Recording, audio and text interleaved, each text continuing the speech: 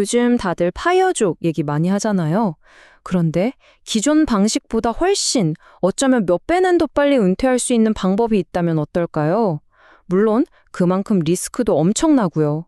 오늘 우리가 다뤄볼 주제 바로 크립토파이어입니다.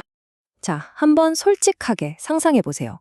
남들보다 10년이나 더 빨리 은퇴할 수 있다면 어떠실 것 같으세요? 이게 바로 파이어 운동의 핵심 질문이잖아요. 어떻게 하면 그 꿈을, 조기 은퇴라는 목표를 확 앞당길 수 있을까 하는 거예요. 그래서 일부 투자자들이 찾아낸 방법이 바로 이겁니다. 고위험, 고수익 전략. 이름하여 크립토 파이어.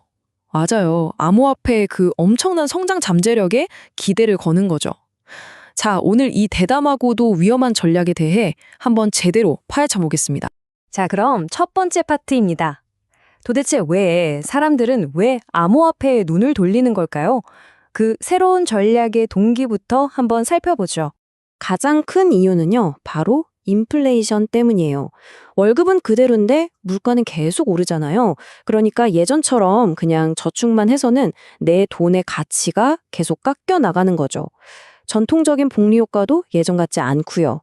그러다 보니 사람들이 뭔가 새로운 돌파구를 찾기 시작한 겁니다. 여기서 정말 재밌는 게 뭐냐면요. 전문가들의 시선이 바뀌고 있다는 거예요. 불과 몇 년 전만 해도 비트코인? 그거 다 투기 아니냐? 이랬거든요. 근데 지금 보세요. 장기적인 자산 보존을 위한 합법적인 자산이다. 이런 말이 나온다는 거죠. 세상이 변하고 있는 겁니다. 자, 이 표를 보시면 하이 리스크 하이 리턴이라는 말이 그냥 피부로 와닿으실 거예요. 보세요. 어떤 해에는 무려 1300%가 넘게 올랐어요. 어마어마하죠. 그런데 바로 그 다음 해에는 마이너스 72%. 내 자산의 3분의 2 이상이 그냥 순식간에 사라져버릴 수도 있다는 뜻입니다. 정말 아찔하죠? 자, 그럼 이렇게 살벌한 시장에서 도대체 어떤 전략으로 접근해야 할까요? 두 번째 파트, 크립토 파이어 실행 전략입니다. 사실 암호화폐 투자에서 진짜 무서운 건 가격 변동이 아니라 내 마음이거든요. 막 오르면 더 살 걸 후회하고 떨어지면 무서워서 팔아버리고 이런 걸 막기 위한 가장 기본적인 전략이 바로 달러 코스트 에버레이징, 줄여서 DCA라고 하죠. 쉽게 말해서 가격 신경 쓰지 말고 그냥 매달 정해진 날에 정해진 금액만큼 꾸준히 사는 거예요. 감정을 배제하는 거죠. 자, 그럼 얼마나 투자해야 할까요? 크게 두 가지 접근법이 있어요. 하나는 보수적인 사토시 전략. 내 전체 자산의 한 1에서 5% 정도만, 그러니까 약간 로또 사는 느낌으로 담가보는 거죠. 반면에 비트코인 스탠더드는 훨씬 과감해요. 10에서 25%까지 꽤 큰 비중을 싣는 겁니다. 이건 정말 비트코인의 미래에 대한 강한 확신이 있어야 가능하겠죠. 그리고 비트코인만 있는 게 아니죠.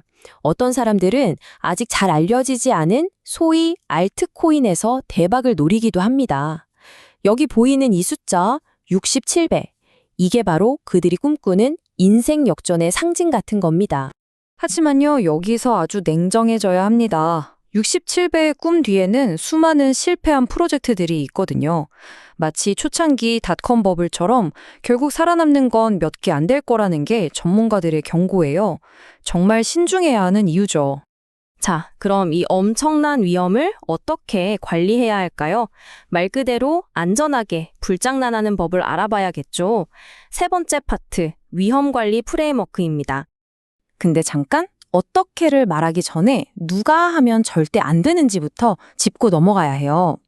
만약 카드값이나 대출 같은 빚이 많다거나 내 돈이 어디서 나가고 들어오는지도 잘 모른다거나 돈 걱정에 밤잠을 설친다면 절대 쳐다보시면 안 됩니다.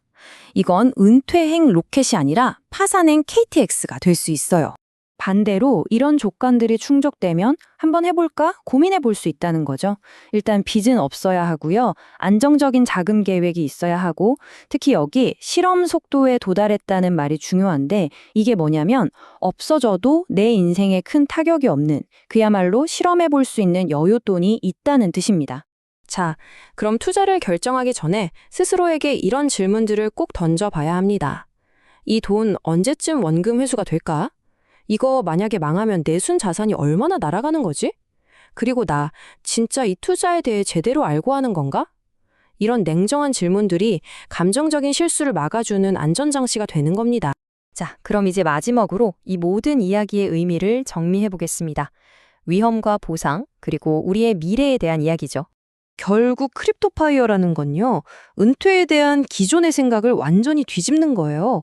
오랜 시간 꾸준히 모으는 안정성 대신에 단기간에 끝내버릴 수 있는 속도의 잠재력을 택하는 정말 판이 큰 도박인 셈이죠. 자, 그래서 마지막 질문은 바로 이겁니다. 여러분에게 던지는 질문이죠. 더 빠른 미래라는 달콤한 가능성을 위해 지금 당장의 이 엄청난 변동성과 위험을 감당할 가치가 있을까요? 정답은 없어요. 이건 전적으로 여러분 각자의 선택에 달린 문제일 겁니다.